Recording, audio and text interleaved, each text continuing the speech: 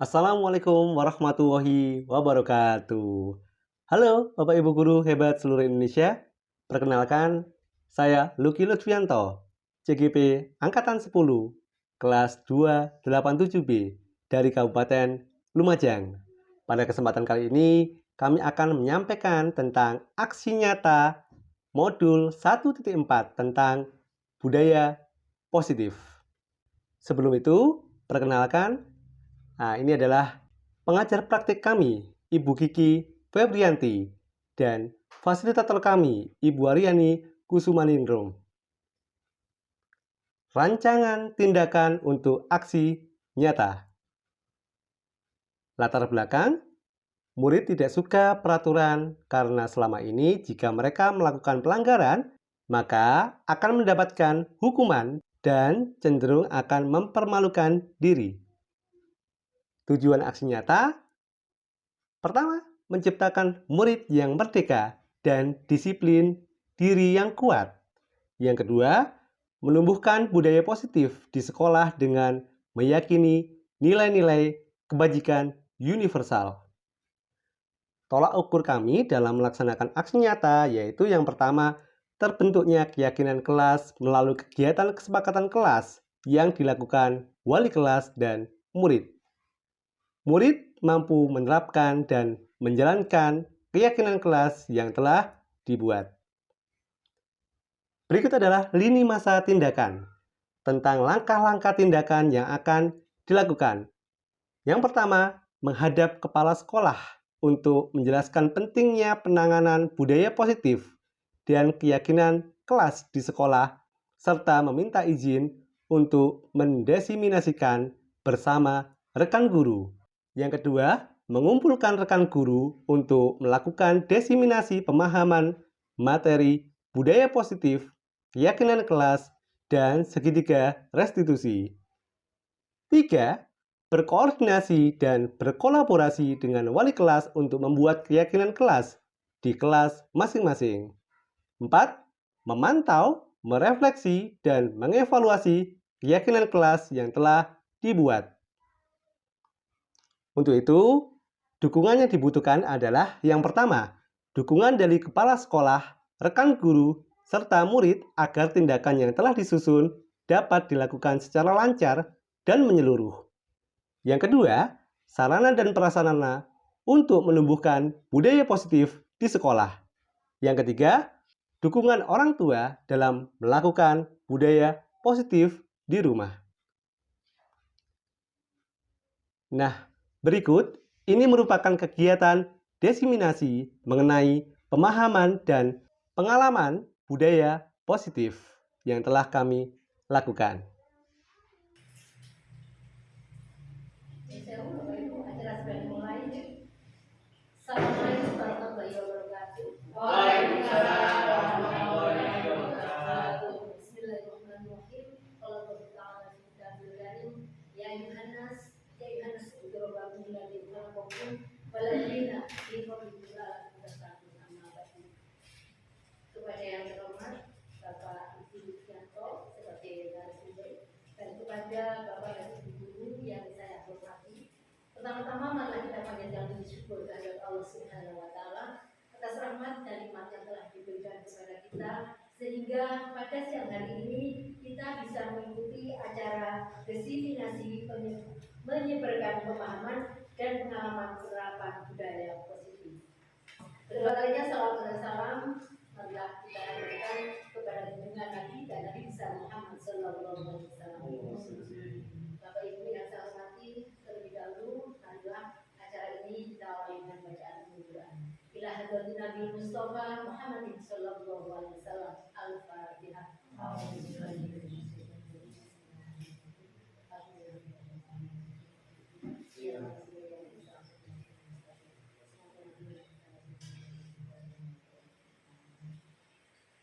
Bapak Ibu yang saya hormati, alhamdulillah kita bisa bertemu dalam acara ini yang nanti akan langsung disampaikan oleh Bapak Ibu Wijanto.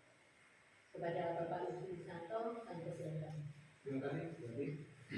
Mohon izin untuk berdiri, Bapak Ibu semuanya. Assalamualaikum warahmatullahi wabarakatuh. Waalaikumsalam warahmatullahi wabarakatuh. Ya, kami berarti Bapak Ibu guru semuanya, baik dari SDN Kandangan 03, kemudian dari SD Negeri Dayu, kemudian dari SD Tanjung Tepus 02. Ibu Yuni yang kami hormati.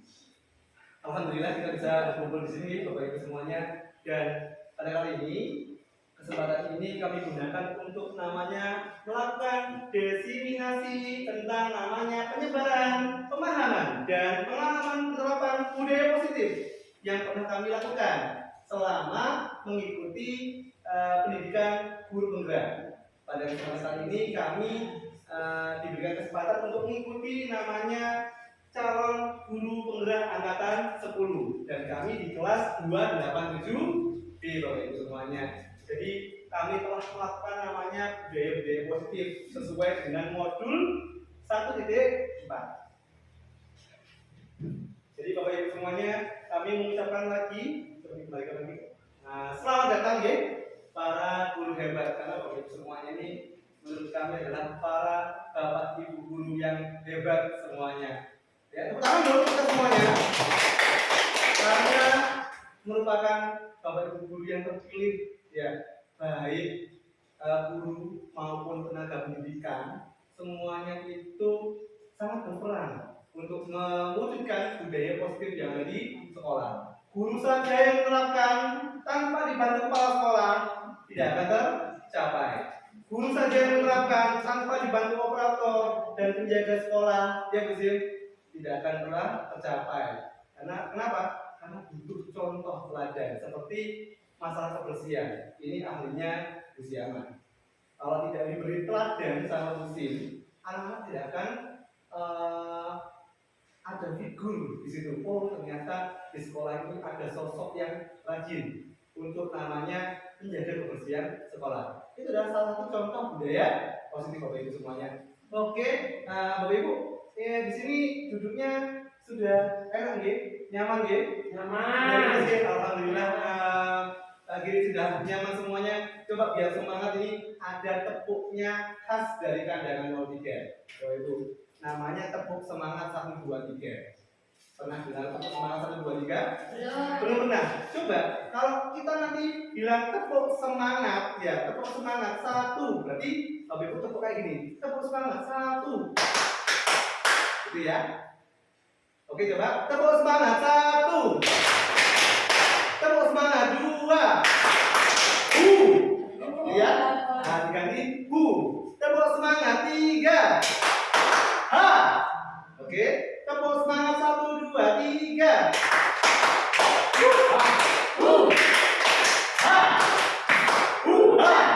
Oke. Coba kita ulangi lagi. Tepuk semangat 1. Tepuk semangat 2. Tepuk semangat 3. Tepuk semangat 1 2 3.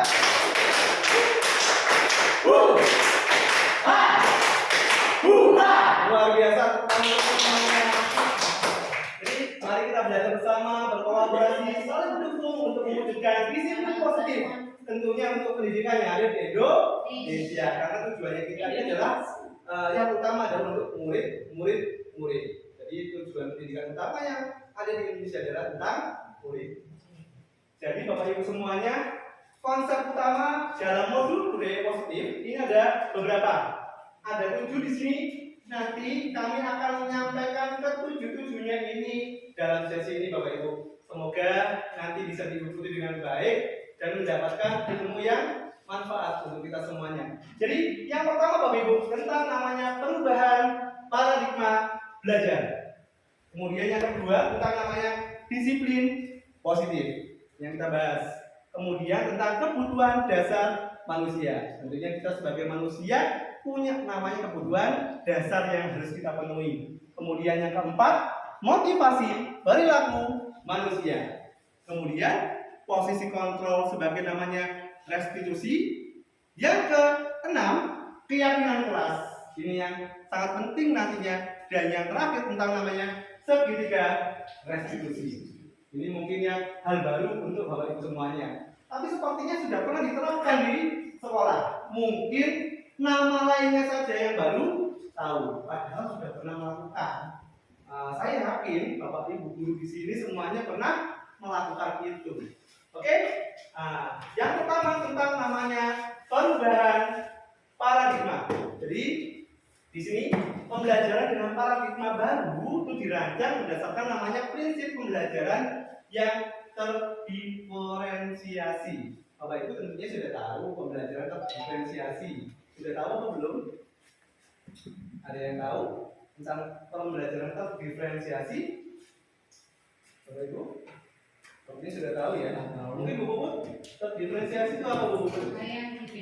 Yang dibedakan luar biasa. Jadi pembelajaran yang namanya berbeda-beda menurut kebutuhan anak masing-masing. Karena anak-anak kita itu merupakan namanya anak yang unik, Bapak Ibu.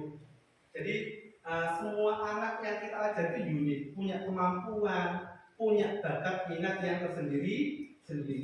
Dan kita pun melakukan atau memberikan sesuatu kepada murid itu, pengajarannya tentunya secara berbeda-beda sesuai dengan kebutuhannya. Apalagi kalau ada anak yang bergaya belajar visual, kemudian audio, dan tentunya kinestetik. Mungkin ya Bapak Ibu tidak suka biasanya anak yang kinestetik nih Bapak Ibu ya.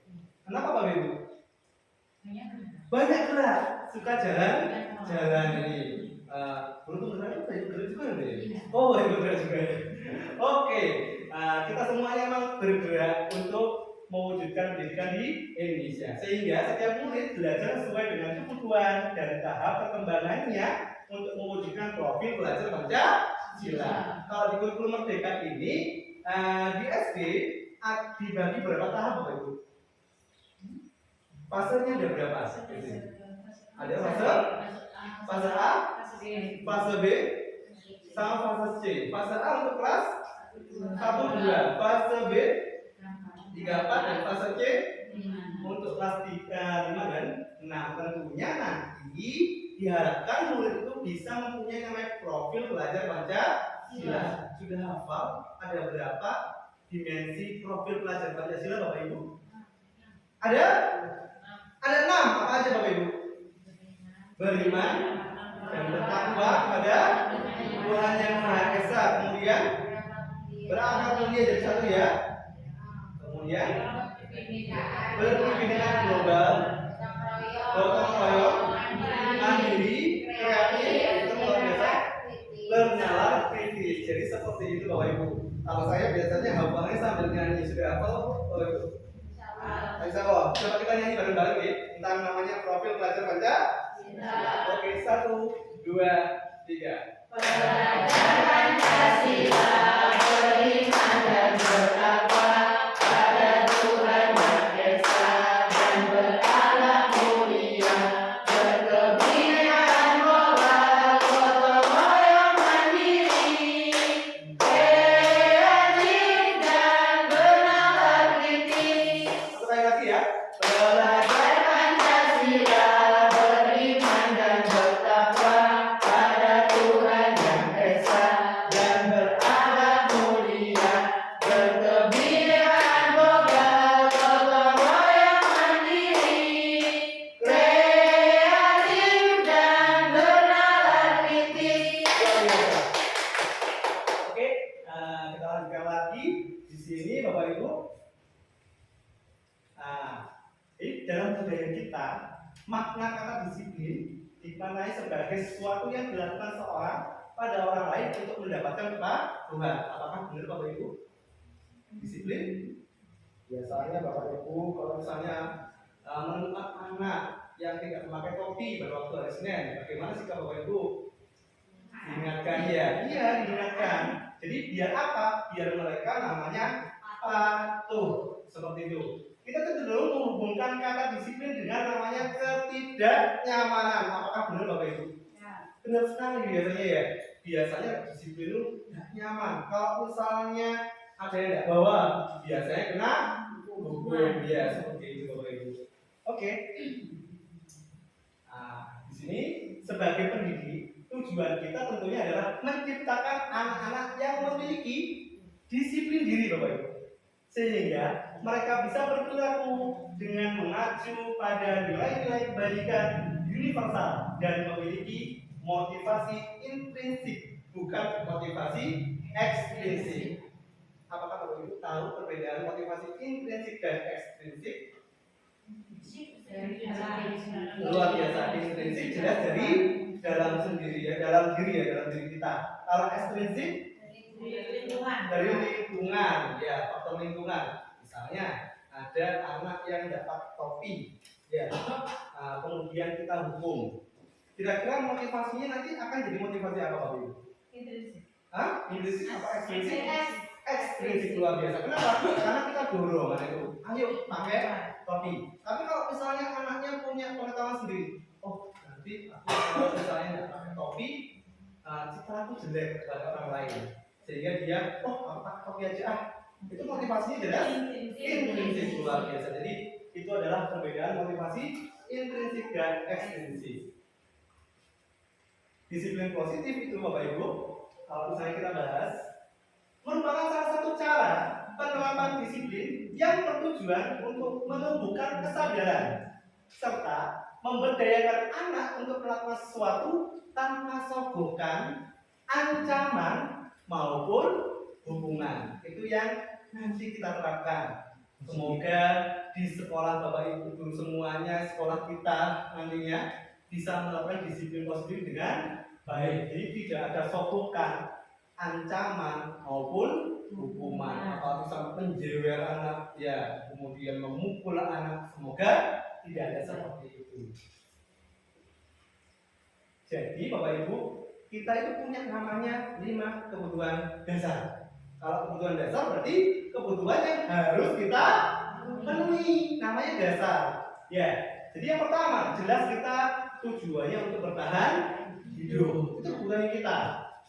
Misalnya, oh aku lapar, jadi aku harus butuh, aku haus, aku minum. Itu tujuannya untuk bertahan hidup. Yang kedua adalah kasih sayang. Ini luar biasa ini, dan rasa terima kasih ini lagi on ini di Ibu Yuni sama Bu Sisil ini mungkin ya. Kasih sayang ya. Kasih sayang dan rasa terima kasih. Apakah ini juga haus sama kasih sayang? Iya, luar biasa. Jadi emang kita butuh namanya kasih sayang dan rasa terima kasih. Tentunya semua anak itu butuh Bapak Ibu. Jangankan anak, kita pun juga ya butuh sekali. Saya juga butuh kasih sayang dan terima kasih. Diberikan. Oh, datang dari kerja, disambut sama sang istri. Waduh, ini yang anak sepatunya makan. Oh, dan ini topinya loh. Kira-kira seneng apa aja ya Bapak Ibu? Seneng apa aja? Seneng sekali, luar biasa. Ini adalah kebutuhan dasarnya kita. Kemudian tentunya namanya penguasaan. Apakah yang dimaksud dengan penguasaan? Penguasaan itu berarti Bapak Ibu punya kemampuan yang berbeda dari orang lain. Misalnya, oh Bu Yuni sedang main Lego, misalnya, berarti suka main Lego dan ahli main Lego. Saya seperti itu. Itu namanya penguasaan yang berbeda. Mungkin Bapak Ibu merasa ada yang lebih unggul dari orang lain. Mungkin Bu Puput, mungkin Bu Ati mungkin yang merasa lebih unggul dari orang lain. Mungkin bisa dalam hal ini, misalnya itu Bapak Ati. Meskipun ada orang lain yang kayak gitu juga, mungkin Bapak Ati, tapi aku yang paling unggul di sini. Mungkin apa Bapak Ati?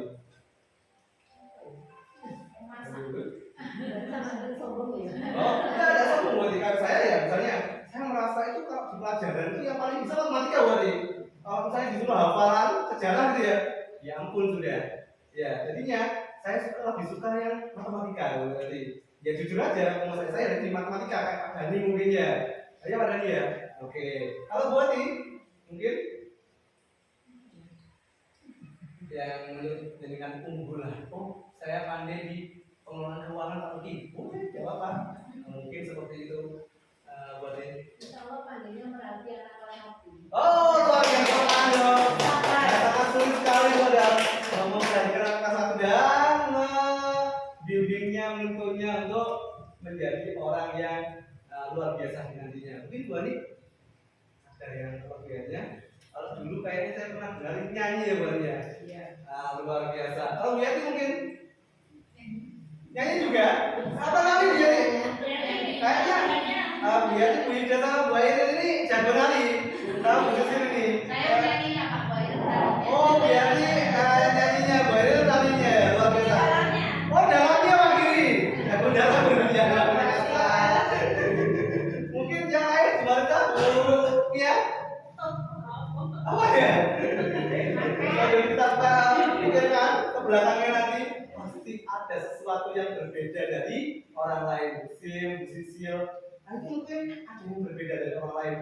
Yang ngerasa oh aku lebih bisa ini gitu ya dari orang lain. Itu namanya penguasaan. Kemudian kebebasan. Kita bebas. Kita pengen jalan-jalan. Dikasih waktu jalan. Kita pengen istirahat. Dikasih waktu istirahat. Pasti itu. Kemarin aku pagi istirahat capek sekarang pagi. Kalau isa itu ngantuk ya pagi. Makanya saya kayak gitu sama saya. Berarti bebasnya itu lah. Kebebasan seperti itu. Kemudian tentunya kesenangan. Guru senang ini. Kalau perempuan kayak shopping ya. Oh yes. Luar biasa. Oke, kita lanjutkan. Itu adalah kebutuhan dasarnya kita. Kemudian tentang namanya motivasi perilaku manusia. Jadi kita itu punya namanya motivasi. Nah, yang mendorong kita untuk melakukan sesuatu. Jadi motivasi adalah dorongan yang timbul pada diri seseorang secara sadar atau tidak sadar untuk melakukan sesuatu tindakan dengan tujuan tertentu.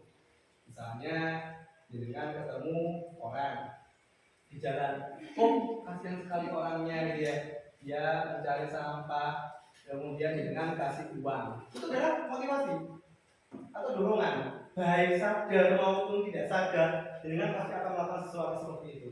Kemudian, jadi motivasi itu ada beberapa hal yang menyebabkan motivasinya kita.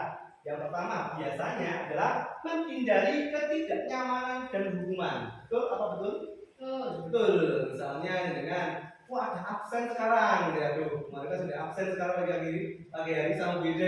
Ya. Jadi kalau saya berangkatnya jam 8 nggak bisa sudah. Nggak bisa telat gitu ya. Jadi harus mengatur jam tidur Pak. Mengatur jam tidur. Jadi sudah waktunya tidur, ya tidur sudah. Pagi hari bisa berangkat tepat waktu sehingga bisa menghindari namanya hukuman, yaitu nanti kena hukuman disiplin. Ini merupakan disiplin diri karena hanya takut dihukum. Ini merupakan motivasi namanya ekstrinsik. Jadi motivasi yang datangnya dari luar, gara-gara ada si perlu. Nah, ini ada si perlu, aku harus tertib sekarang. Itu kalau Bapak Ibu guru. Kemudian yang berikutnya yaitu mendapatkan imbalan atau penghargaan dari orang lain. Itu apa betul? Saya suka ini kayak gini biasanya mendapat penghargaan. Biasanya kan orang-orang itu mau menjawab pertanyaan kalau dikasih hadiah. Nih kalau ada iming-iming hadiah, artinya juara satu dapat hadiah. Oh semuanya sudah benar apa benar Bapak Ibu? Ya. Benar sekali. Nah, sehingga menurut melakukan disiplin diri karena ia ingin mendapatkan imbalan. Ini merupakan motivasi juga ekstrinsik. Sedangkan yang intrinsik yang mana? Ini dia. Menghargai nilai-nilai kebajikan diri sendiri. Aku ini orang baik. Ya kan? Aku harus ini, harus itu, harus ini, harus itu. Sehingga kita menghargai diri untuk melakukan sesuatu. Contohnya dalam murid melakukan disiplin diri karena sadar akan nilai kebajikan dirinya. Ini merupakan motivasi namanya intrinsik Bapak Ibu. Oke? Kita lanjutkan lagi. Jadi kalau misalnya dari ekstrinsik Bapak Ibu, ini kalau dari ekstrinsik ini, kalau menurut saya kurang baik Bapak Ibu. Dia memang kadang ada yang membuat hal positif dengan melakukan hal tersebut, tapi lebih baik ya intrinsiknya kita harusnya seperti itu. Jadi konsep disiplin dengan identitas yang gagal. Menurut modul ini. Jadi yang pertama hukuman. Pasti hukuman itu membawa dampak namanya menyakitkan. Ya kan ya? Jadi dihukum lari 100 kali jalan. Wah ini sangat menyakitkan ini. Tidak nyaman tentunya. Malu dengan teman aku dihukum, aku malu juga. Murid takut, pasti ya takut sekali. Memaksa, tentunya maksa. Ayo sekarang kita hari ini upacaranya mulai jam 7 kurang 15. Anak-anak harus mau datang ke sini jam 6 lebih 15. Sudah siap-siap misalnya. Memaksa ini. Kemudian murid menyembunyikan kesalahan. Apakah ada Bapak Ibu yang muridnya seperti itu? Banyak yang menyembunyikan kesalahannya. Gara-gara takut kena hukum, misalnya PR. Waduh, disembunyikan. Ini kok hari ketinggalan misalnya. Ada yang kayak gitu Pak Giri? Ada ya. Jadi itu adalah akibat dari hukuman. Dan yang terakhir adalah murid menjadi rendah diri. Seakan-akan dia itu ini seperti itu Bapak Ibu. Nah, kalau penghargaan Bapak Ibu, penghargaan juga sama maksudnya. Penghargaan ini berupa hadiah ya. Kita tekankan kepada hadiahnya.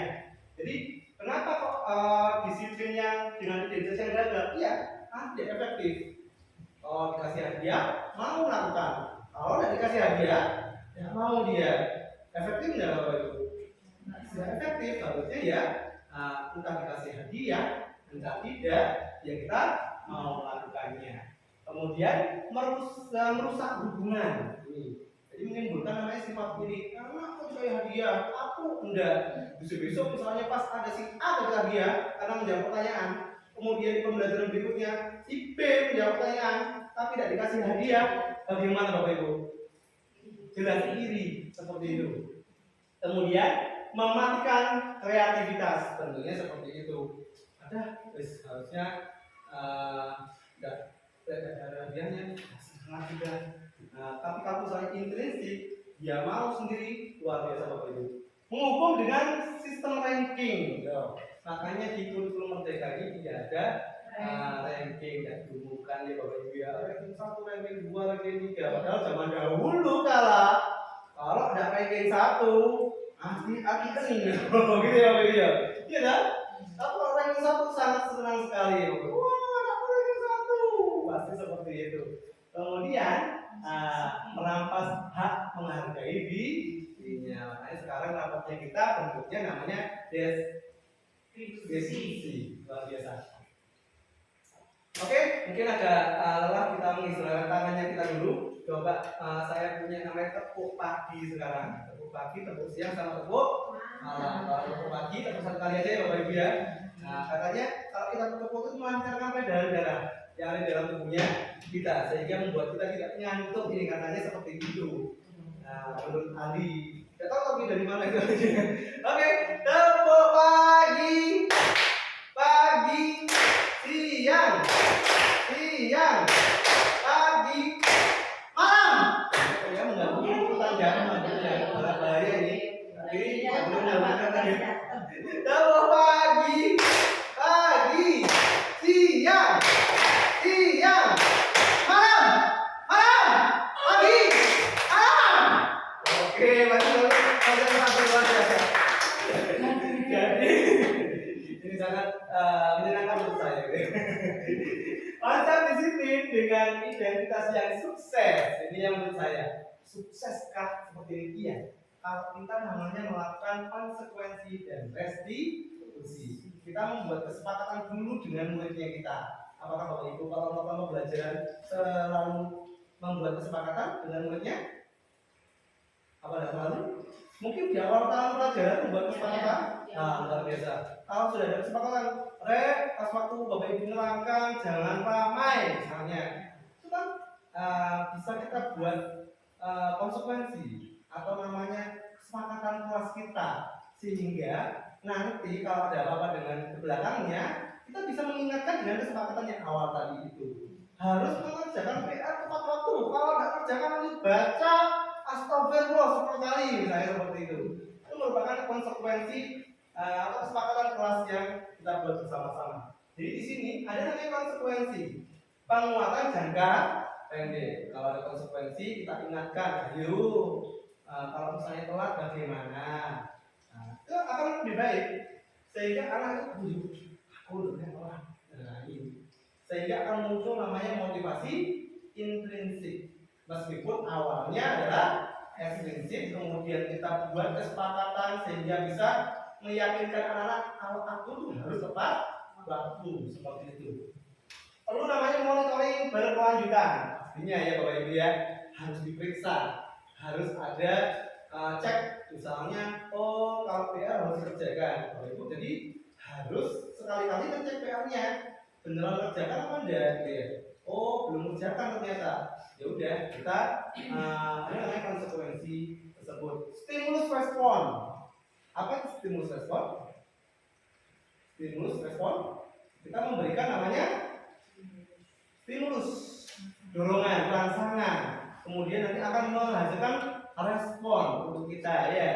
Jadi kayak seperti di quantum teaching ya, yang pernah kalian pelajari di quantum teaching, itu namanya bawalah anak-anak ke dalam dunia kita, kemudian masuklah ke dunia anak terlebih dahulu dan bawalah dunia anak menuju dunianya kita, sehingga nanti bisa menghasilkan respon yang seperti kita mau. Kemudian murid akan menghormati namanya peraturan, tentunya seperti itu. Yang terakhir, kehilangan waktu untuk merenungi kesalahan. Konsekuensi ya, masih aku salah ya aku begini. Tapi kalau misalnya dengan hukum 100 kali putaran, ini mematikan, ini buatan ini sangat luar biasa. Kemudian ini adalah bahasa yang nanti kita bahas sampai terakhir, yaitu tentang namanya restitusi. Di murid bertanggung jawab untuk perilakunya, tentunya seperti itu. Ada namanya restitusi. Fokus pada pemecahan masalah jangka panjang. Murid menghormati dirinya dan orang lain. Ada namanya teori kontrol. Dirinya memegang kontrol. Bapak Ibu dalam melakukan sesuatu, tentunya Bapak Ibu berperilaku sesuai kehendak yang Bapak Ibu inginkan. Iya atau tidak? Pastinya kan ya. Aku sekarang ingin kesini padahal aku harus mengerjakan ini. Yang mengontrol semuanya itu diri Bapak Ibu sendiri. Meskipun Bapak Ibu tahu harusnya aku melakukan yang A, tapi aku ingin yang B. Yang mengontrol adalah dirinya kita sendiri. Kemudian murid bersemangat memperbaiki kesalahan. Tentunya seperti itu. Itu adalah konsep disiplin yang sukses. Sedangkan konsep restitusinya di sini. Pendekatan restitusi adalah sebuah cara menanamkan disiplin positif pada murid. Bagaimana itu pengertiannya restitusi? Yaitu proses menciptakan kondisi bagi murid untuk memperbaiki kesalahan mereka, sehingga mereka bisa kembali pada kelompok mereka dengan karakter yang lebih kuat. Itu menurut Boseni tahun 2004 Bapak Ibu. Jadi kalau misalnya ada kesalahan, dia melakukan kita restitusi sehingga anak-anak nanti bisa kembali ke kelompok atau ke kebiasaan yang harusnya dilakukan di kelompok tersebut, yang disebut sebagai namanya disiplin positif. Bagaimana itu cara restitusi? Nanti kita bahas di terakhir ya Bapak Ibu. Contohnya dari terakhir nanti. Kemudian ciri-ciri restitusi bagaimana? Bukan menebus kesalahan, namun belajar dari kesalahan. Memperbaiki hubungan, tawaran bukan paksaan. Menuntut untuk melihat ke dalam diri, kemudian mencari kebutuhan dasar yang mendasari tindakan. Jadi biasanya anak berulah itu gara-gara ada kebutuhan dasar yang tidak terpenuhi Bapak Ibu. Karena tidak terpenuhi itulah mereka berulah. Misalnya pada pagi hari anak-anak sering ngeluh, sering rame. Ini aja mereka belum makan dari rumah, sehingga perutnya sakit. Aku ayo papa istirahat. Gara-gara apa? Kebutuhan dasarnya makan di tubuhnya belum terpenuhi, sehingga mereka berulah. Fokus kemudian pada karakter bukan tindakan. Itu karakternya yang kita bentuk nanti, baik buruknya ya. Mengutamakan dan fokus pada solusi. Jadi kita mencari solusinya, bukan malah kita mementingkan kesalahannya ini. Jadi bagaimana cara memecahkan masalah tersebut sehingga bisa terselesaikan dengan baik. Ini perbedaannya Bapak Ibu, ada hukuman, konsekuensi sama restitusi. Mungkin ada kebingungan, apa sih bedanya hukuman, konsekuensi sama restitusi? Agak mirip ya Bapak Ibu ya. Di contohnya di sini ada kasus siswa yang sering tidak mengerjakan PR. Ini pasti ada di salah satu siswa Bapak Ibu yang tidak mengerjakan PR. Kalau hukuman bagaimana? Guru menghukum siswa tersebut hormat bendera selama 10 menit. Wah, ini termasuk hukuman. Nah, karena membuat fisiknya ini, bukan fisiknya di sini ya. Guru marah dan muridnya menjadi takut, termasuk hukuman juga di sini. Konsekuensinya apa di sini? Ada konsekuensi di sini. Guru memberikan konsekuensi untuk mengerjakan PR-nya saat istirahat. Kalau ada anaknya yang mengerjakan PR, oh, ayo kalau mengerjakan PR konsekuensinya apa anak? Harus dikerjakan bu, waktu istirahat, sehingga dia waktu istirahatnya terkurangi untuk mengerjakan PR. Atau dikerjakan sebanyak 3 kali lipat, misalnya konsekuensinya seperti itu. Lihat kesepakatan di awal. Guru tegas dan siswa menghormati peraturan. Jadi jangan cuma misalnya, ayo jangan PR, silakan kerjakan. Tapi bapak ibu udah nyuruh seperti itu, tidak tegas. Nanti konsekuensinya tidak berjalan. Kemudian kalau restitusi bagaimana? Nih guru menanyakan keyakinan kelas dirinya dan membantu siswa menyelesaikan masalah.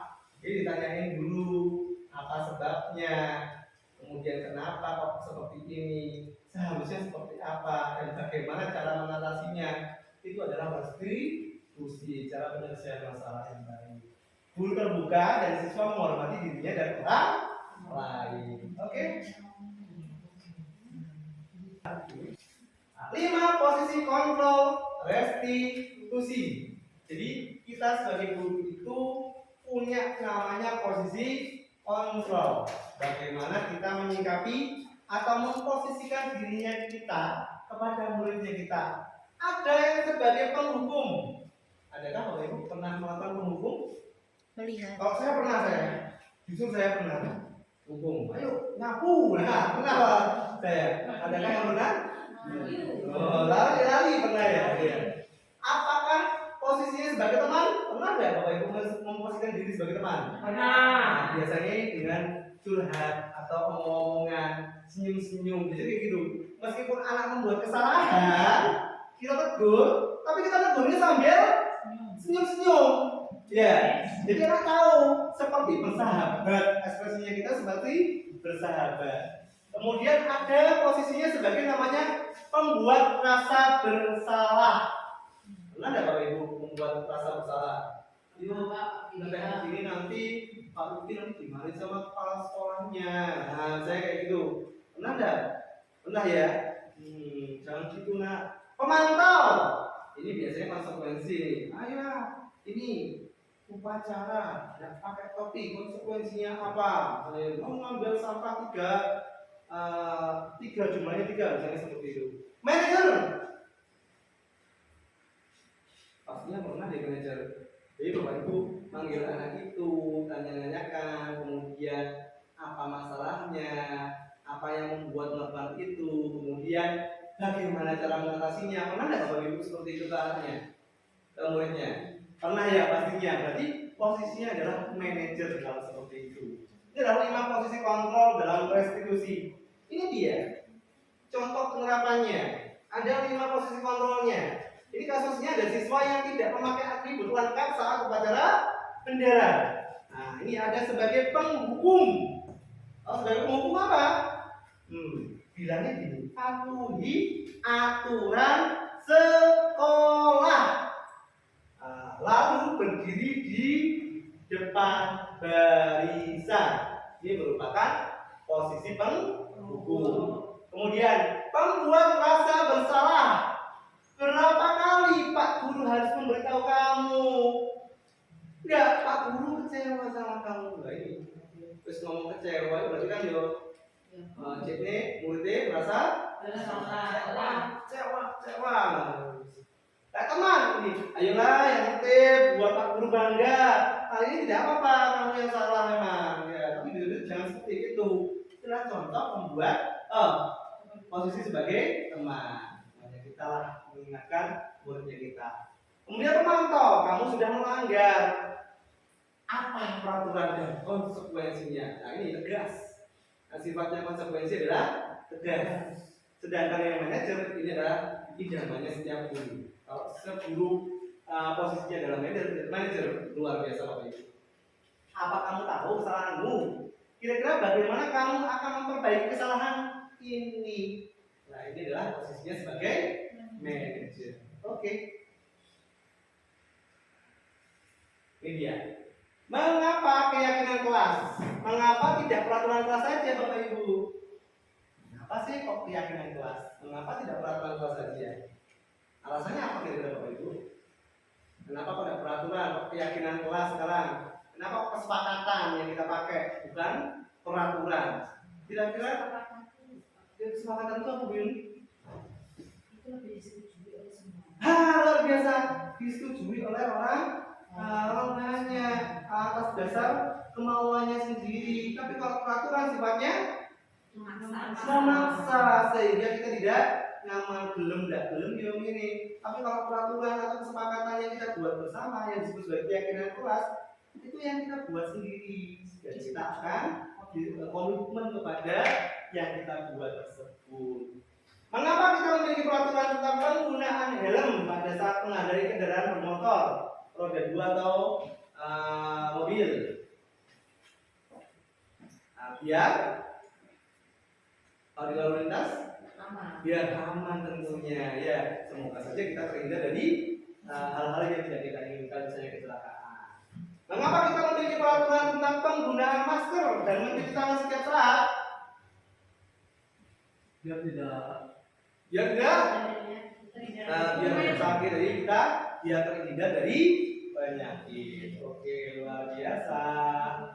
Kegiatan membuat keyakinan kelas 4. Jadi Bapak Ibu, saya dulu pernah membuat keyakinan dengan murid-murid saya di kelas 4. Jadi saya melakukan dengan siswa yang saya. Pertama apa langkahnya? Yaitu jelas namanya berdiskusi. Yang kedua, merumuskan peraturan menjadi keyakinan.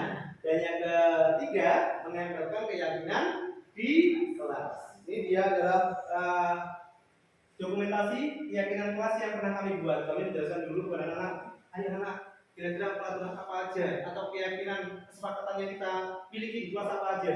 Jadi anak-anak sudah diberi gambaran, kemudian anak-anak menuliskan pendapatannya masing-masing di kertas. Nah itu setelah menuliskan pendapatnya, kemudian sharing pendapat, tukar pendapat. Habis tukar pendapat di sini, nanti kalau sudah setujui, kita tempel di keyakinan kelasnya kita dan kita tekankan lagi menjadi keyakinan kelas sehingga bisa disepakati bersama. Bagaimana bentuknya? Ini adalah bentuknya keyakinan kelas saya. Nah ini dia yang pernah kami buat. Apa ini? Ini mengerjakan tugas tepat waktu, kemudian menggunakan bahasa yang sopan. Jadi bahasanya itu tidak berat, Bapak Ibu. Bukan bahasa yang keras. Misalnya, apa tuh? Nah, kayak gitu. Tidak, kita namanya menggunakan bahasa yang mudah kita pahami, gitu. Seperti itu. Dan usahakan jangan banyak Bapak Ibu. Kalau kayak kelas, biar apa? Biar mudah diingat, Bapak Ibu. Oke? Ini adalah contoh keyakinan kelas saya ini yang pernah kami buat di kelas. Bagaimana pembentukan keyakinan kelas? Ini dia langkah-langkahnya pembentukannya. Lebih abstrak dari peraturan, tentunya berupa pernyataan universal, umum. Ya, dibuat dalam bentuk positif, sedikit saja agar mudah diingat. Nah, ini dia. Sesuai dengan kondisi kelas dan sekolah.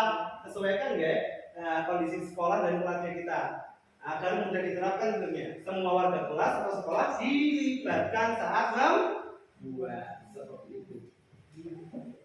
Oke, yang berikutnya tentang namanya segitiga restitusi. Ini mungkin hal baru untuk Bapak Ibu semuanya. Bahasanya mungkin, tapi pernah menerapkannya. Namanya segitiga restitusi. Ada berapa langkahnya segitiga restitusi?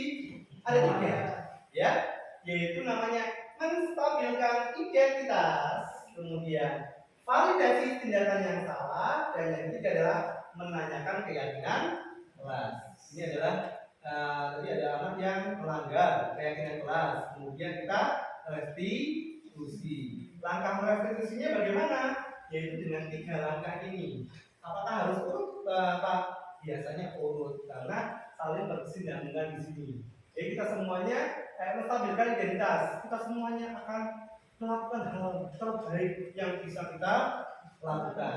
Jadi Kayak misalnya kata-kata semua orang itu pasti punya kesalahan karena tidak ada manusia yang sempurna. Sehingga kita stabilkan identitasnya dulu dari kesalahan yang mereka lakukan. Kemudian yang kedua, validasi tindakan yang salah. Apa sih tindakan yang salah? Semua perilaku itu memiliki alasan. Jadi kita tanyakan alasannya kepada anak itu.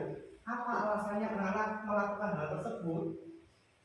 Kan Pak, saya bangunnya kesiangan. Pak, saya terburu-buru. Nah, ini kan adalah validasi tindakan yang salah. Penyebabnya apa? Jadi validasi itu kita mencari penyebab dari hal tersebut. Yang ketiga, menanyakan keyakinan tentunya. Kita semuanya memiliki motivasi internal. Ayo, apa keyakinan kelas kita? Oh, kalau hari Senin sama hari Selasa kita harus memakai kaos kaki warna putih, sepatu warna hitam. Misalnya seperti itu. Oke.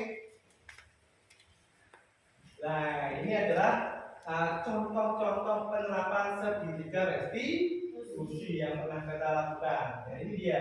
Yang pertama, ini ada kasus anak-anak yang tidak pakai kaos kaki pada waktu olahraga. Nah, ya tidak pakai kaos kaki. Nah, ya pas waktu olahraga. Nanti kakinya bisa lecet, ya bisa lecet kakinya. Yang kedua, ada kasus lagi di sini, anaknya tidak mengerjakan PR, sehingga kita restitusi juga. Yang berikutnya ini dia, ada anak yang tidak mau tidak bermain, tidak diajak bermain gara-gara apa? Suatu hal itu. Yang keempat itu tentunya Buati sangat kenal sekali, karena berhubungan dengan Buati, ada Buati juga ini. Yaitu ada Zaki dari situ ya. Itu pernah di restitusi juga sama Buati. Masih sudah. Ya, kita terapkan. Oke, bagaimana penerapannya di sini Bapak Ibu? Kasus yang pertama di sini, kasus 1, yaitu ada anak yang melanggar keyakinan keras. Berupa apa? Tidak menggunakan kaos kaki saat pembelajaran hari Selasa. Dan pas hari Selasa itu anak-anak pas waktu olahraga, kebetulan di kelas 4 itu waktunya olahraga, tidak pakai kaos kaki. Bahaya apa bahaya? Bahaya, tapi tidak setir ya. Nanti bisa aja tidak bahaya kan seperti itu. Sehingga kita awal mulai seperti ini. Ada Melani, Zaki, dan Fahmi murid kelas 4 SD Negeri Kandangan 03. Pada hari Selasa tidak menggunakan kaos kaki. Melani tidak terlihat terburu-buru memasuki kelas. Kelasnya di atas sana Bapak Ibu. Kemudian Zaki terlihat ketakutan saat bermain. Nah, kita seperti juga. Pas bermain juga. Dan Fahmi terlihat kurang aktif saat bermain ini. Nah, sehingga kami mendekatinya dan ternyata tidak menggunakan kaos kaki. Kemudian mereka dipanggil ke kelas. Akhirnya kita revisi. Oke, kita klik di sini ya. Ini adalah kasus 1. Contoh tentang kami melakukan restitusi di sekolah. Ini tidak menggunakan kaos kaki di sini Bapak Ibu.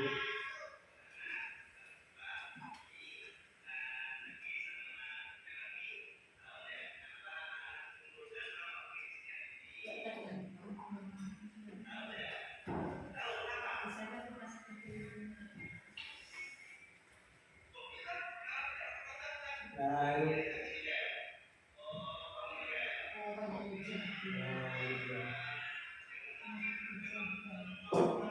kita stabilkan identitasnya. Nah, semua manusia tidak ada yang sempurna. Tidak ada yang sempurna. Ya pasti pernah membuat kesalahan di situ.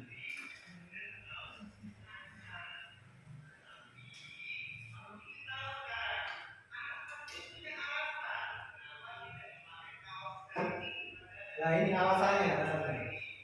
Validasi tindakan yang salah. Nah, Melani itu berburu-buru.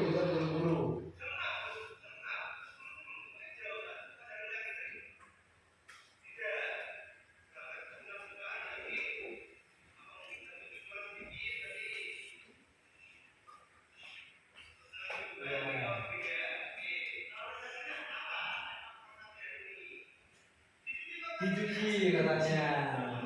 Berarti karena dicuci. Belum diberikan bapak.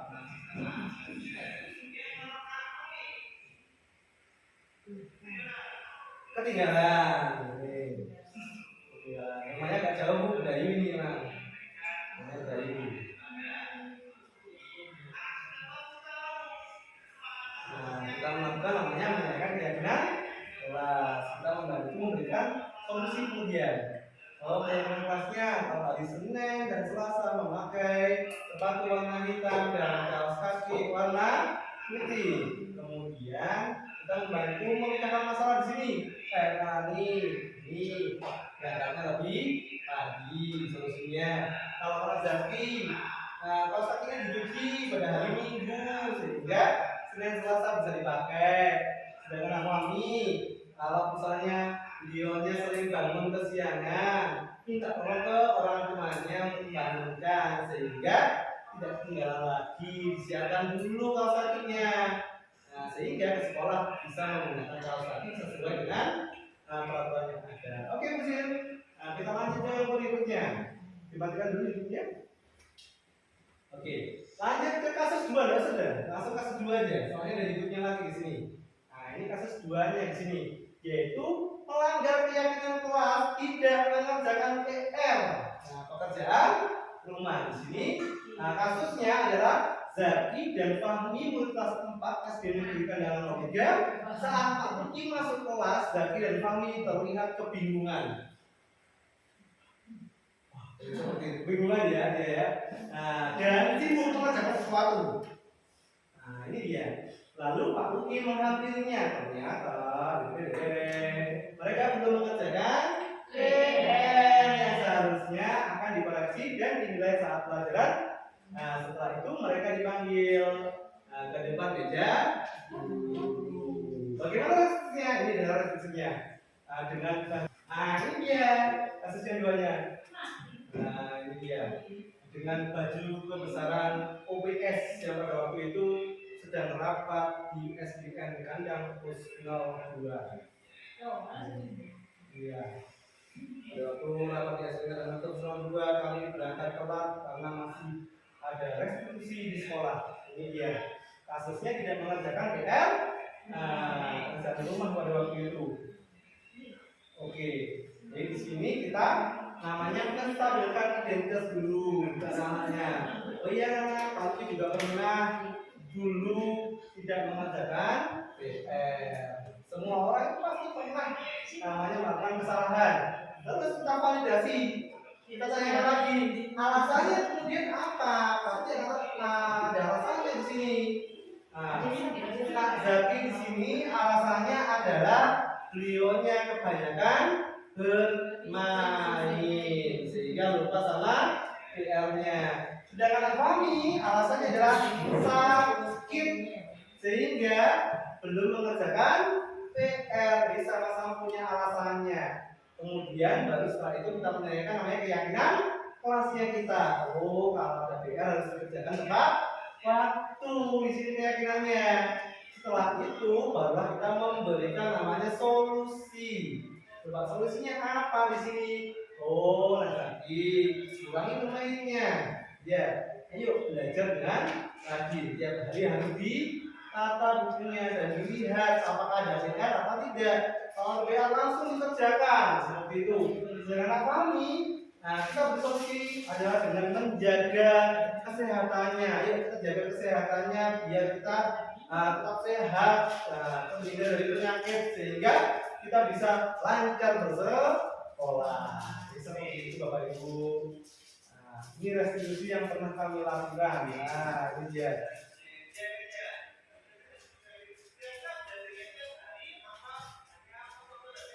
Nah, untuk belajarnya tiap hari apa? Faktor belajar aja. Kalau kita saja baru mengerjakan. Kalau belajar sudah. Ini lokasinya di mana? Lokasinya di musola. Lombok api Pak. Kita sekolah sana. Wow, luar biasa. Ini musola, ini musolanya berasal dari kayu ini, kayu asli di sebelah sana musolanya ini, tempat ibadahnya di sini.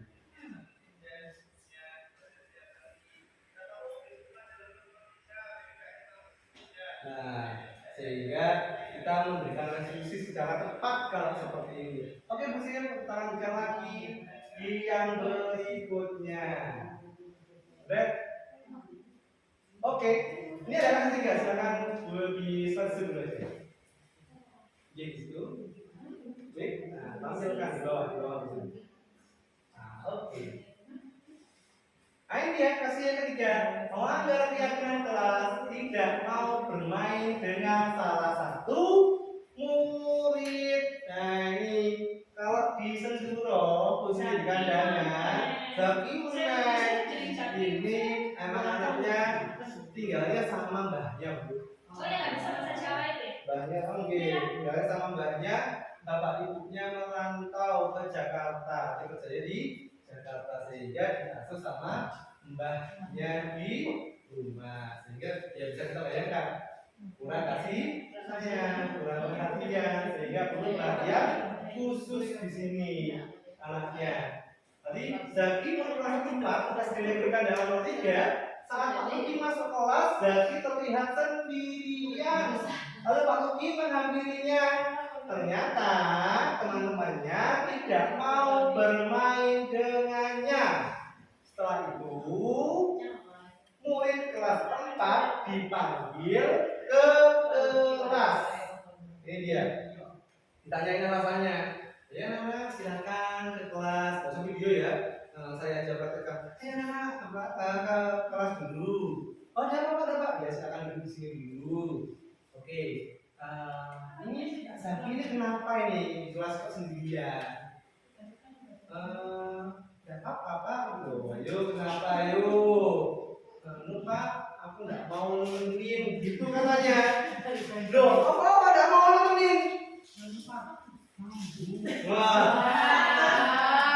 ini kisah nyata ya, kisah nyata.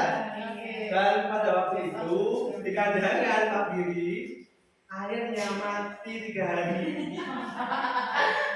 Kalau di rumahnya Pak Giri aman, kalau di kandangnya aman, Pak. juga pakai apa juga? Oh, sama juga. Jarang mandi juga kali. Ya, mandi. Oh, mandi ya. Oh, di sekolah ada.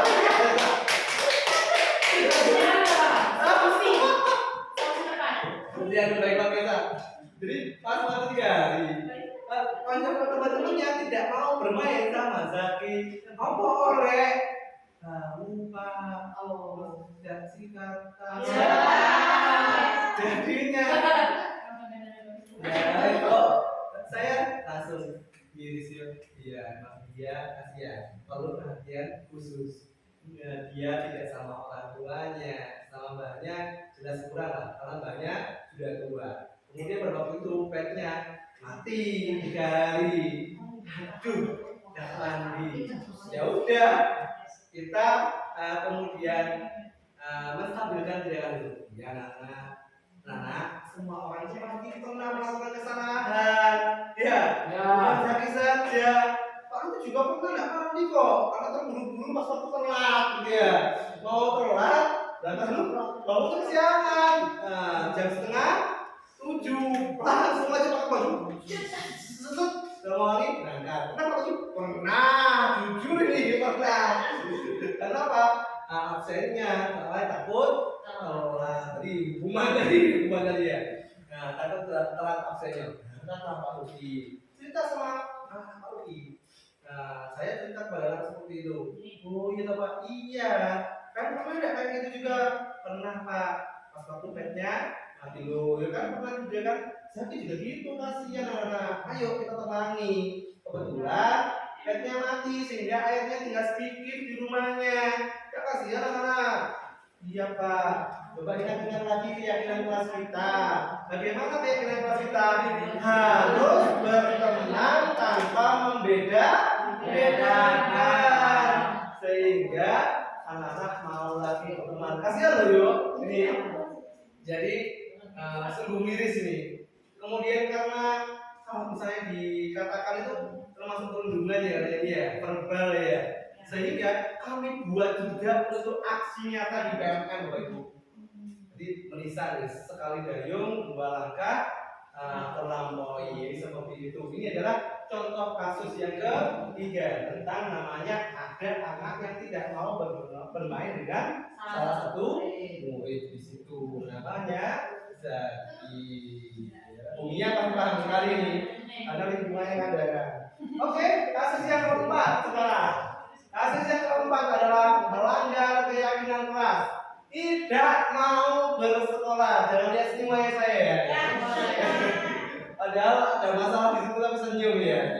Di sini ada saya, ada Buati, ada ibunya si Anang, ada si Anang, ada teman-temannya di sini. Mungkin Buati bisa menceritakan Buati. Gimana sih? Namanya Zaki lagi Pak. Kebetulan namanya Zaki lagi. Zaki murid kelas 1 SDN SD Negeri Kendal 03. Saat Pak Luki melihat keluar, Zaki terlihat tidak mau turun dari sepeda. Lalu Pak Luki mengambilnya bersama Buati. Ternyata Zaki tidak mau bersekolah. Setelah itu Pak Luki dan Buati bertanya dan mengajak teman kelas 1 untuk menemui Zaki. Kebetulan namanya Zaki di sini ada dua. Betul seperti itu. Oh, Bu Adi bisa ceritakan ke saya nih, teman-teman ini pengalamannya bagaimana menghadapi si Zaki ini, Bu? Iya, ini memang namanya sama Zakinya. Ini tuh Zaki kelas 1. Ini merupakan PR terberat bagi saya. Kesadaran pada dia. Memang setiap hari itu pasti dia tuh membuat tingkah seperti itu. Kadang meskipun saya kadang kaki sakit itu pasti menjemputnya sampai di sana di perempatan sana. Di sana di bawah di sana. Yang merayu memang. Tapi kadang memang apa ya? Dia gini Bu, saya ingin dijemput juga. Nah, juga dipanggil juga sini, jemput sini. Ketika jemput, ini habis Bu. Sudah habis dipanggil gitu. Sampai ada kelas 6 itu semuanya saya panggil semuanya. Ayo semuanya di sini menjemput Mas Zaki. Dia sudah semuanya ke sana. Itu pun masih tidak mau turun. Padahal sampai, ayo siapa? Pak Buani yang ke sini. Sudah Bu, siapa ayo? Padahal sampai turun. Ketika turun dari sepeda, lari ke kebun sampai ibunya yang nggak lemes ya ibunya. Zaki, niat sekolah pendak kamu itu, dari sekolah pulang. Kalau sekolah ayo sana turun di kelas 1. Sampai kalau sama ibunya, kadang tetap. Ini kadang saya pernah, masa saya ikut turun juga ke kebun. Tapi akhirnya, iya mau. Setelah jasa sama ibunya, kadang mau. Tapi ketika nyampe dalam kelas, ketika ibunya masih keluar lagi. Nah, saya sendiri kan juga bukan PR terberat bagi saya. Ya akhirnya ya rayu-rayunya mau juga. Tapi ya setiap hari ya begitu. Pokoknya apa sudah kadang bergantian. Ya buru-buru, ayo mereka semuanya sudah ke sana. Bantu dia mau. Istimewa, berarti unik sekali. Mungkin cara menyelesaikan masalahnya Bu setelah dirayu, ada cara ibunya kadang kesini Bu, sampai di depan kelas ini Bu ya? Iya, sampai duduk di sana. Ya kadang kalau dia cepat sadar itu, wes mak apa ya mulai nah di bulan mulai. Pokoknya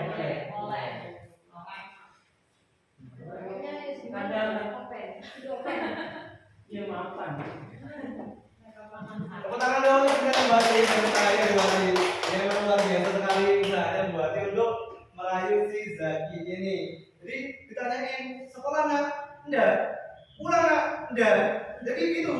Saya pernah nanyain Pak Giri. Dia memang seperti itu. Saya pernah sampai cerita juga ya buat dia. Pak Luki dulu juga pernah seperti itu. Nah, pas kelas 1 Pak Luki ditungguin sama ibunya Pak Luki. Emang bener kan itu Pak Giri? Saya pas kelas 1 dulu ditunggu sama ibunya Pak Luki, ibunya saya sendiri. Pas TK saya di gurunya, nggak mau duduk di meja siswa. Meja duduknya di meja guru. Itu saya dulu. Jangan dijauh Pak Giri ya. Semoga saya nggak seperti itu juga gitu ya. Jadi emang orang tua itu mesti berharap yang terbaik untuk anaknya. Tapi saya pada waktu itu untuk menstabilkan identitasnya, saya minta ke Zaki itu. Zak, aku dulu juga seperti itu, pernah seperti Pean. Tapi sudah lama-kelamaan, nanti Zaki akan berani mau sudah ikut pelajaran dengan baik lagi. Sekolah itu senang monggo, banyak teman di sini dapat sangu, bisa beli-beli, belajar dengan rajin dengan bu guru, ketemu bapak ibu guru yang cantik dan ganteng dan teman-teman yang ramah semuanya, seperti itu. Kemudian barulah kita stabilkan. Apa sih yang salah? Gara-gara tidak mau masuk ke kelas. Dan akhirnya tadi kata ibu tadi, sadar pak, dikongkon, mulai bu, mulai. Nah, disuruh pulang ibunya. Sudah mau mengikuti namanya keyakinan kelas, harus belajar dengan rajin di kelasnya. Luar biasa. Itu adalah kita yang jadi. Kemarin itu yang jadi PR berat bagi saya begini.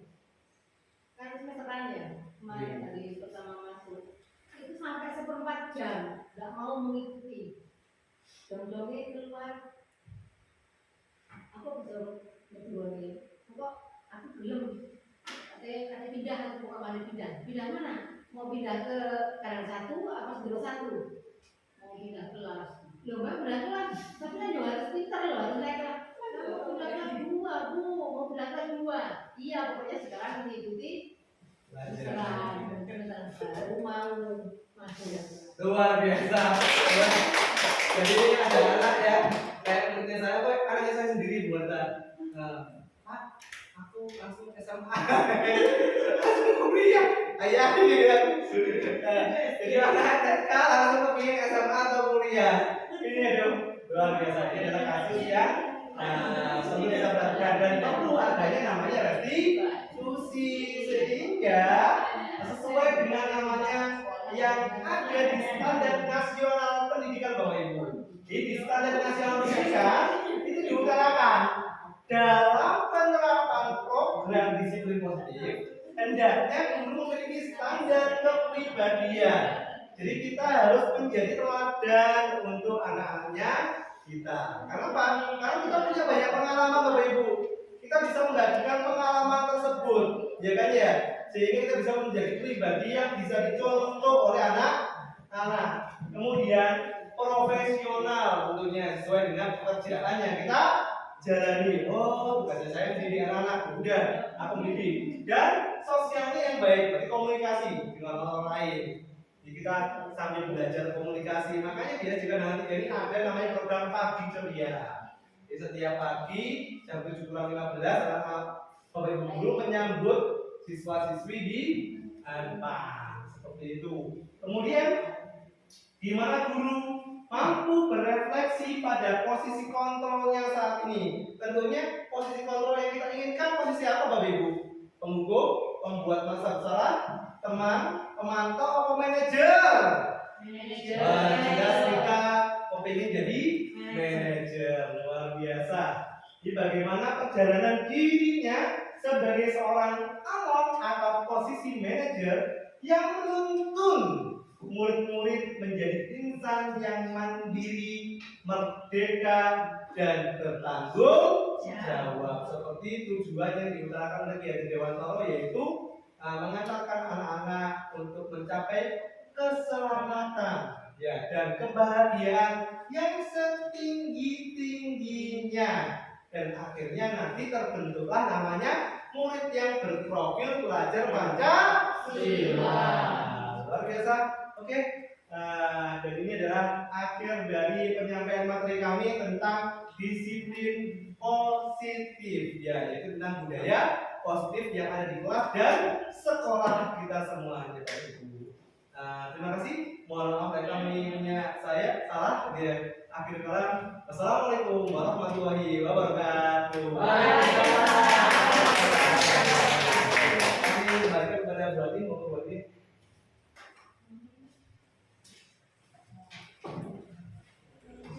Bapak dan Ibu yang saya hormati, alhamdulillah dari telah materi dari Pak Luki. Ya mudah-mudahan nanti apa yang saya sampaikan jadinya sangat bermanfaat bagi kita semua dan bisa menambah wawasan dari Bapak dan Ibu semuanya. Yang mungkin ada ditanyakan dari Bapak dan Ibu guru, mungkin masih ada yang kurang dipahami. Sudah. Monggo kalau misalnya ada yang ditanyakan atau di-sharingkan, mungkin Bu Marita mau sharing tentang Maulid atau siapa, boleh silakan. Yang mau cerita boleh. Monggo. Ini mungkin mau cerita. Mungkin tadi itu saya juga punya internet ya. Oke, monggo boleh. Ini mungkin dari semua yang buku kelas 1 ya, terutama apalagi punya permasalahan dengan guru saya seperti tadi. Waktu apa setelah ujian seperti ini kan ada kenaikan kelas. Kalau memang kendalanya dari murid kita itu tidak hafal dari abjad, itu bagaimana solusinya yang terbaik buat kita, terutama juga anak-anaknya. Karena informasinya kan nggak mungkin kita sebagai guru kamu nggak tahu anak-anaknya ada yang nggak bisa, nggak hafal sama sekali dengan guru. Bagaimana itu? Terima kasih Mbak Wati atas pertanyaannya. Mungkin Bapak Ibu ada yang mau menjawab duluan? Apa langsung saja? Langsung aja Bapak Ibu. Memang polemik ya Bapak Ibu yang dihadapi ada anak kelas 1 ini karena Ibu Wati tidak bisa membaca, tidak bisa menghafal huruf, masih belum menghafal huruf. Apakah ada Bapak Ibu pernah menemui ada anak yang kelas 2, kelas 3, kelas 4 tidak bisa baca? Ada. Pernah ya, pernah menemui. Saya pun dulu juga pernah menemui di lembaga saya yang dulu juga pernah ada yang seperti itu. Di pagi ini pernah dulu menemui. Nah, sekarang juga ada. Luar biasa Bapak Ibu. Memang kalau menurut saya, bagaimana cara mengatasinya? Memang anak itu punya kemampuan dan namanya daya yang berbeda-beda. Itu Bapak Ibu, kalau salahnya saya mungkin kita beri bimbingan secara khusus. Jadi kalau saya dulu pernah seperti itu, saya pernah menghadapi ada 2 anak, maaf 3 anak yang belum lancar membaca. Satunya belum bisa membaca, satunya belum bisa menghitung. Ada yang mau disebut namanya ya, 2 laki-laki dan 1 perempuan. Pada waktu itu dia sudah kelas 4. Kelas 4 belum bisa baca. Bagaimana cara menjawab soal atau pertanyaan yang kita berikan? Jelas tidak bisa. Otomatis saya dulu memberikan bimbingan secara khusus, yaitu pada pagi hari pas saya datang, kamu coba 15 menit untuk membaca huruf, ya, menghafalkan huruf dan membaca secara ngejah dulu waktu itu. Kemudian mau istirahat, tak kasih lagi dulu pagi hari. Pulang kelar, saya bimbing lagi. Jadi saya berikan bimbingan khusus kepada anak itu. Dan tapi ada satu yang istimewa, yang perempuan, memang pada waktu itu istimewa. Saya coba dengan beberapa cara seperti itu, masih belum berhasil. Kemudian datanglah orang tuanya ke sekolah. Pada waktu orang tuanya datang ke sekolah, saya coba bertanya-tanya kepada orang tuanya, Bu, bagaimana si anak ini perkembangannya di rumah? Jadi gini Pak, kalau Pak, anak saya ini memang anak yang prematur, katanya anaknya prematur. Mulai dari situlah saya paham, oh ternyata anak itu punya kelebihan dan kelemahannya masing-masing. Seperti si dia ini, dia punya kelemahan gara-gara prematur, sehingga kita ajari sekarang baca sama ngitung. Besoknya lupa gitu. Ya, Ada. Saya ajari lagi, besoknya lagi lupa lagi. Jangankan besok, Pak. Nanti Nanti aja. Harus juga ada yang seperti itu ya. Nah, jadi ya bagaimana? Kita mau tidak naikkan, dia sudah naik selama 3 tahun. Sekarang kan harus naik, Pak. Kasihan. Kalau sekarang kan harus naik semuanya. Ya, iya. Oleh sebab itu kita berikan bimbingan secara khusus. Kita usahakan semaksimal mungkin. Seperti program kami dulu, hari-hari mau istirahat, kemudian pas mau pulang, kami coba seperti itu Bapak Ibu. Karena kita kan pulangnya jam 2 Pak. Ada jeda 2 jam di situ kita bisa mengajari anak-anak di kita. Itu dulu program yang kami lakukan sehingga bisa berhasil buat ini. Dan sekarang yang anak satu ini dulu yang belum bisa baca, dan pada waktu itu gara-gara saya ngajarin seperti itu ini tidak masuk selama 2 bulan. Pernah tidak masuk selama 2 bulan Mbak Ibu? Saya nyusul 2 kali. Saya tidak pertamanya. Ini Mbak Ibu juga. Sekarang nggak masuk, Pak. Saya pernah nyusul kayak gitu. Gara-gara saya ngajarin seperti itu 2 bulan tidak masuk. Pagi ajar baca, mau istirahat ajar baca, pulang ajar baca lagi.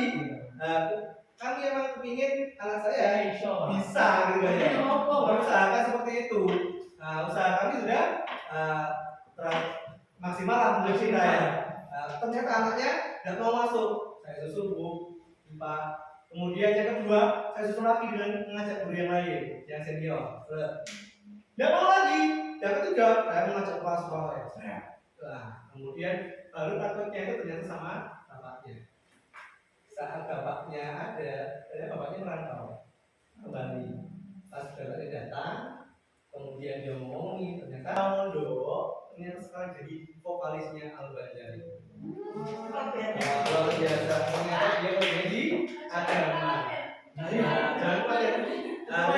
Dari situ saya tahu oh ternyata tiap anak itu punya kelebihan masing-masing. Sekarang itu Al-Banjarinya saya, vokalis. Boleh saya juragan berat Pak. Terkaya dari Allah biasa. Lingkungan kesenian memang dia itu Ya, itu berarti kelebihannya. Yang kita kembangkan kayak Dayu kan ya. Aduh, tari remo masal, guru sama muridnya. Saya lihat di statusnya Bu Air. Luar biasa. Dayu ini mengembangkan murid-muridnya selain drum band. Kemudian tari remo masal. Apalagi Bu?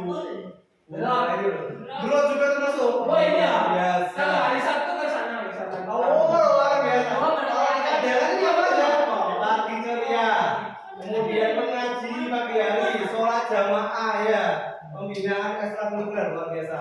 Kemudian menggunakan teknologi, mungkin itu 2 jawaban dari kami. Nah itu yang pengalaman yang pernah kami lakukan. Terima kasih Bapak Ibu. Kalau memang penasaran dengan Zaki kelas 1 itu ada fotonya yang itu satu. Kenapa sendiri? Mungkin hanya itu mungkin ada lagi dari juga dan mereka. Sudah, apa cukup? Sudah ada. Luar biasa. Alhamdulillah Bapak Ibu mungkin ada kekurangan atau kelebihan dari yang saya sampaikan dari pembawa acara. Selebihnya saya mohon maaf yang sebesar-besarnya. Adalah wayakum ila siratal mustaqim. Assalamualaikum warahmatullahi wabarakatuh. Waalaikumsalam warahmatullahi wabarakatuh. Terima kasih Bapak Ibu semuanya. Mohon maaf